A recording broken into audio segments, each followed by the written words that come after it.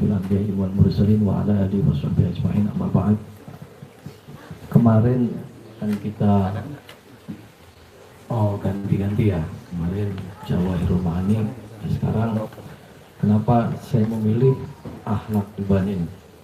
Ini adalah kitabnya kecil tapi isinya luar biasa. Kenapa? Karena yang namanya akhlak, adab, itu siapapun yang merasa mempunyai keimanan dan ketakwaan kita kepada Allah, itu nomor satu. Karena Nabi kita Muhammad SAW juga innama bu'itsu liutammima makarimal akhlak. Nabi kita aja, Nabi Muhammad SAW diutus itu karena untuk menyempurnakan akhlak. Akhlak nomor satu. Jadi kalau kita mempunyai keilmuan, kalau kita pintar, tapi kita tidak mempunyai akhlak, sama aja bohong. Akhirnya kenapa? Jadinya tukang fitnah, tukang apa? Jangan. Ini adalah kitab kecil karangan daripada Syekh Umar bin Ahmad Baraja. Beliau adalah lahir di Surabaya di sana. Lahir di Surabaya pada tanggal 10 Jumadil Akhir 1331 dan juga 17 Mei 1913.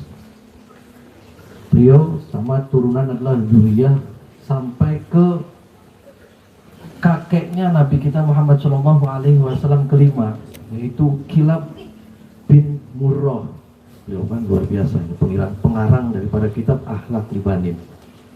Jadi mudah-mudahan dengan kita niat yang tulus untuk mencari ilmu, satu niatkan kita karena Allah Subhanahu wa Ta'ala. Jangan ketika kita menuntut ilmu kita pengen sakti, kita pengen apa, jangan. Satu, niat untuk mencari ridho Allah Subhanahu. Hanya yang perlu ditanamkan adalah akhlak, dan akhlak. Akhlak yang baik.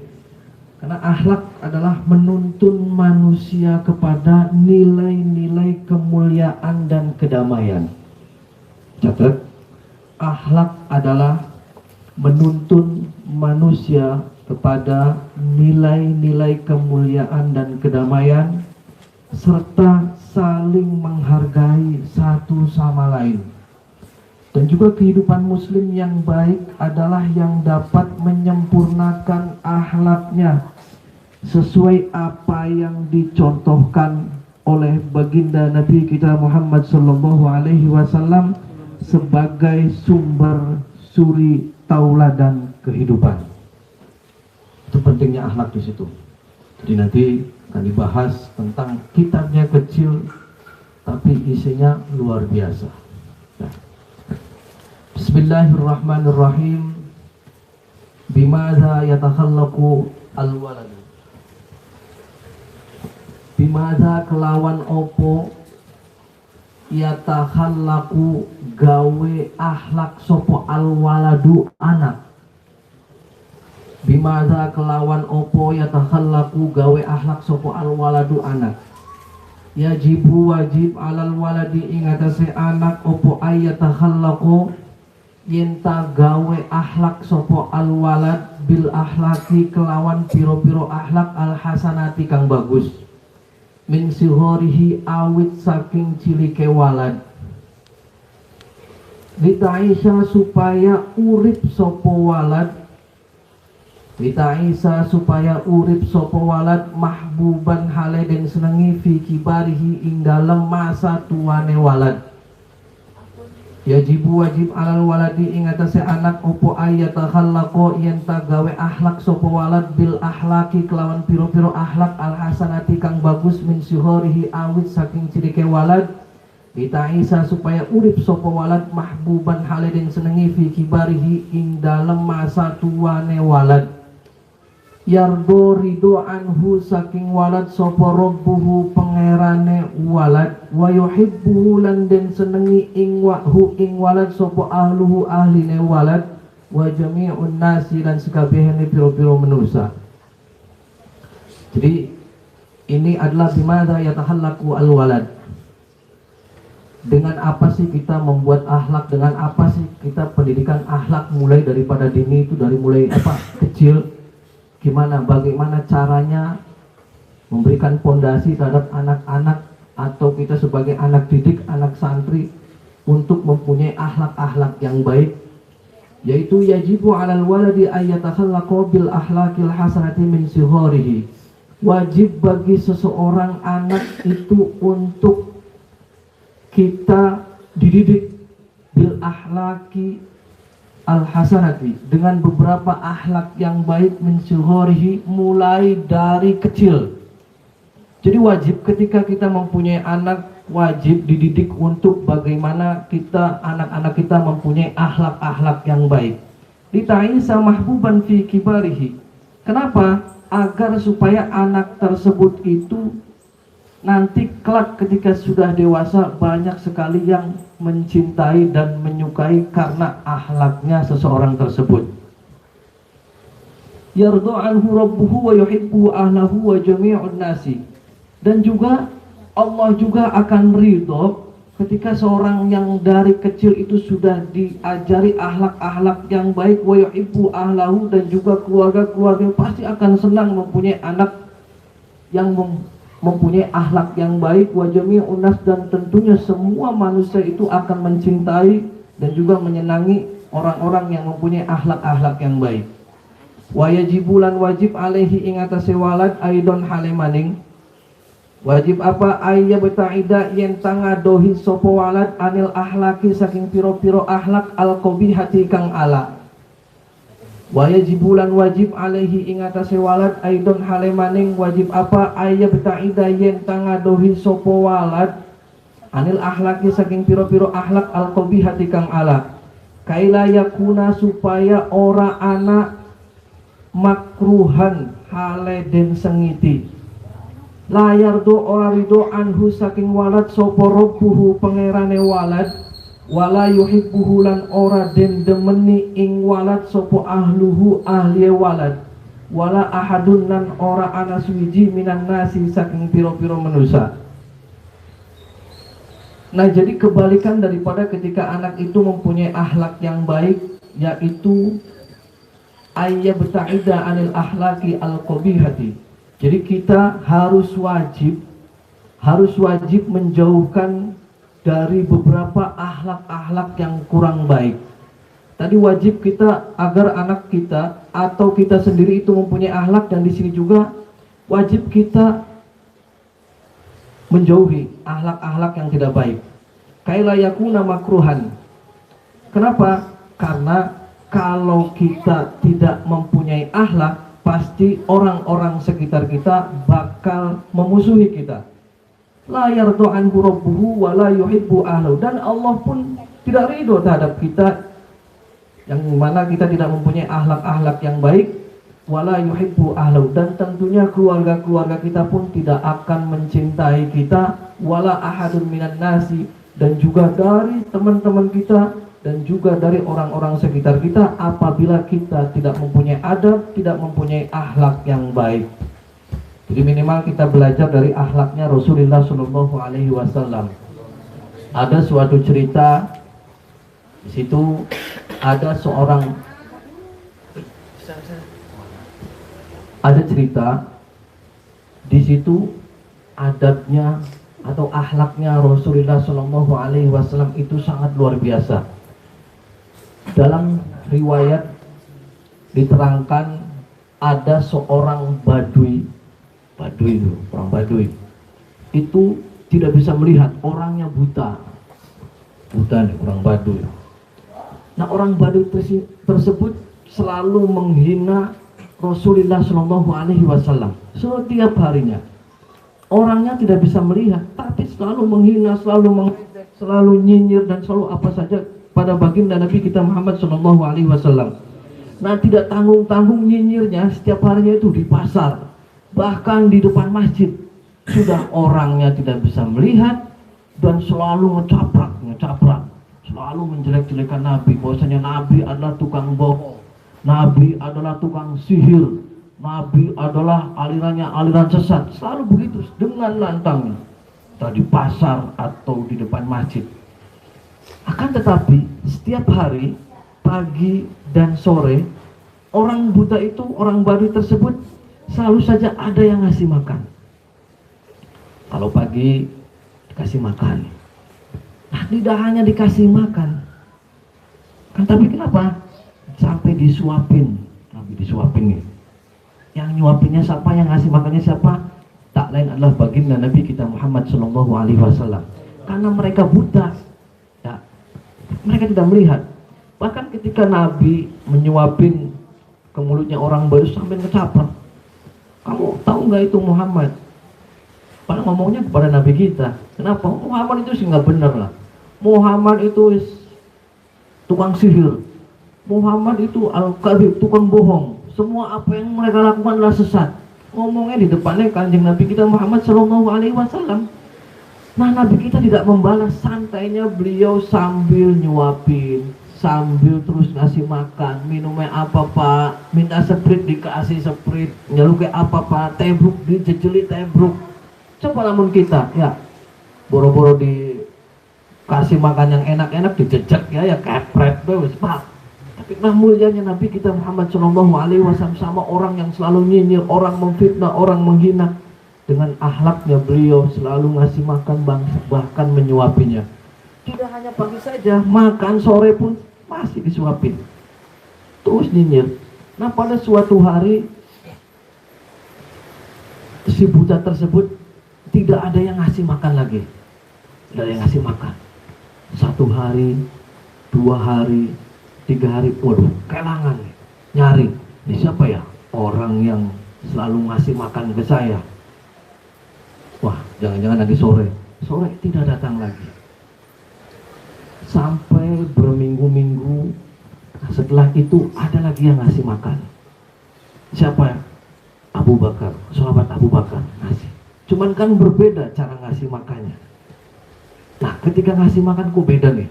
Cara nyuapinnya, cara memperlakukannya beda. Si buta tersebut ngomong, kamu siapa? Sahabat Abu Bakar bilang, saya bukan siapa-siapa, saya orang biasa. Enggak, kamu siapa? Karena dengan cara kamu ngasih makan, kamu nyuapinnya sangat beda terhadap orang yang dulu pernah ngasih makannya sangat enak, bahkan nyuapin, bahkan tidak pernah keselak, bahkan kian ira. Makanya kita sampai keselak di waktu. Siapa kamu? Anda tidak usah tahu, saya adalah hamba Allah. Saya bukan seperti orang yang dulu ngasih makan terhadap Anda. Emang siapa dulu yang ngasih makan saya? Terus kamu jawab siapa? Saya adalah sahabat Abu Bakar. Nah, beliau yang ngasih makan kamu, yang nyuapin kamu, bahkan terus yang ngurusin kamu adalah tak lain orang yang kamu hina, orang yang kamu caci, orang yang kamu jelek-jelekin. Beliau adalah baginda Nabi kita Muhammad Shallallahu Alaihi Wasallam. Sampai nangis kuang budak. Waduh, berarti selama ini saya salah, saya menghina, saya mencaci. Ternyata orang di ngecapak ngarepan sambil dulangi. Kebayangkan kalau ente-ente ya anak ngomong beli jejak paling dipites ya. Kira apa otak pakarin kita, ngeledek kita. Itulah, minimal kita sedikit belajar daripada akhlak dari baginda Nabi kita Muhammad Sallallahu Alaihi Wasallam. Sangat luar biasa, sangat luar biasa. Jadi apalagi kita santri, kita ngaji, dahulukan akhlakul karimah, akhlak yang baik, agar kita kelak mendapat ilmu yang bermanfaat, ilmu yang bermanfaat bagi diri kita sendiri dan juga bagi keluarga dan bagi orang lain dan negara tercinta ini. Ya. Jadi itu sebelum itu ada lagi. Waktu itu ada salah satu sahabat ini yang selalu membuat Nabi kita selalu tertawa karena dengan humornya selalu tertawa. Nah, sahabat ini lagi ngumpul di masjid, Waktu itu setelah sholat asar ngumpul, ada Rasulullah SAW juga di situ. Nah, lagi ngobrol-ngobrolnya, ada lagi orang Baduy lagi datang. Datang itu membawa ontanya gemuk, tinggi, bagus. Nah, karena orang Baduy ini mau bicara empat mata pada baginda Nabi kita Muhammad SAW, akhirnya semua sahabat minggir.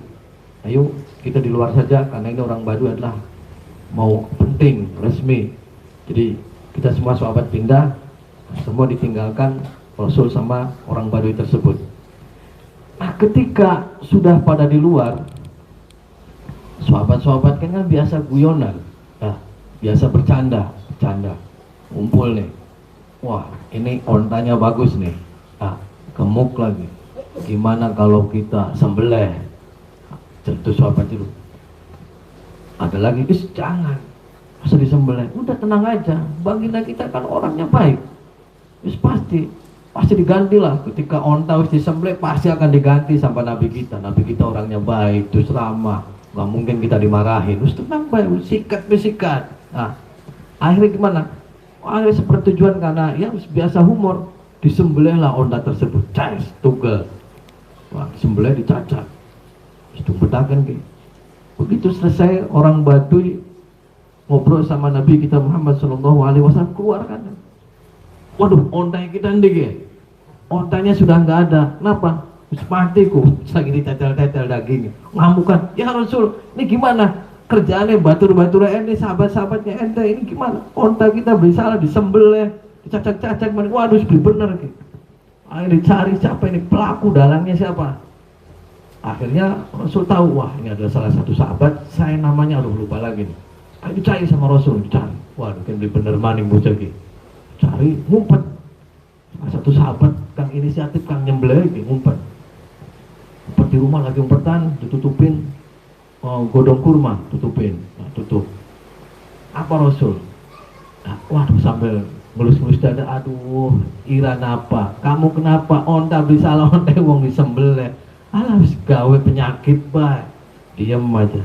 Ayo, kenapa kamu? Ini onta tidak salah, kamu disembelih. Main sembelih aja. Akhirnya diceritakan sahabat, enggak sahabat, tadinya saya nggak mau, cuman ada yang ngomong katanya udah disembelih aja. Karena Nabi kita baik, Nabi kita maha pemurah, Nabi kita maha pemaaf, sembelih aja pasti nanti diganti.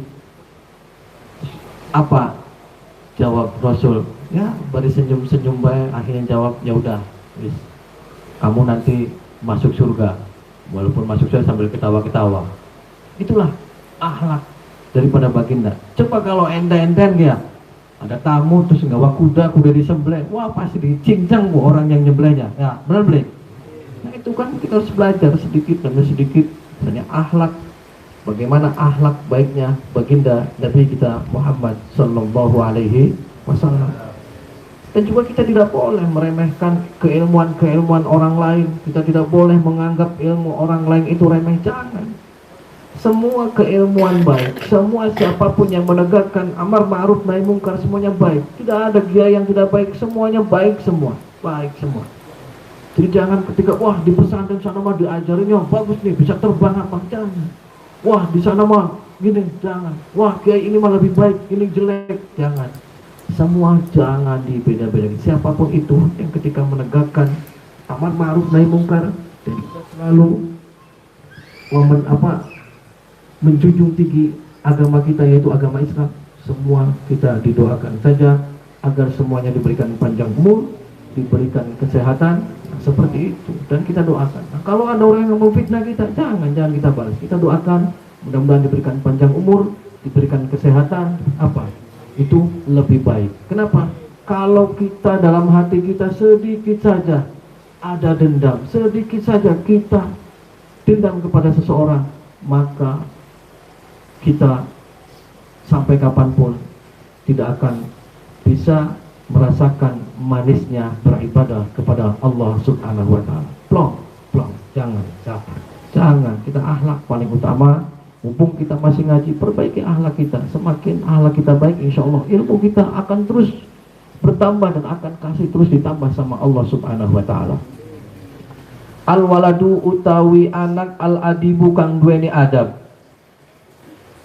Al waladu utawi anak al adibu kang duwene adab iku yahtarimu mulya akan sopo al walad walidayhi ing wong tua lorone walad wa muallimihi lan piro-piro gurune walad wa ikhwanihi lan piro-piro sedulurne walad al kibaro kang gede wa kulluman lan saben-saben wong huwa kang utawi man iku akbaru luwi gede minhu saking al waladul adib wa yarhamu lan den welasi sopo al waladul adib ikhwanahu ing piro-piro sedulure al waladul adib as-sighara kang cilik wa kullu man lan saben-saben wong huwa kang utawi man iku ashurul luwi cilik minhu ketimbang saking al waladul adib wa yasduqu lan beneraken sapa al waladul adib fi kalamihi ing dalam piro-piro ucapane waladul adib wa tawadhu lan tawadu sapa al waladul adib ma'an nasi serta piro-piro manusa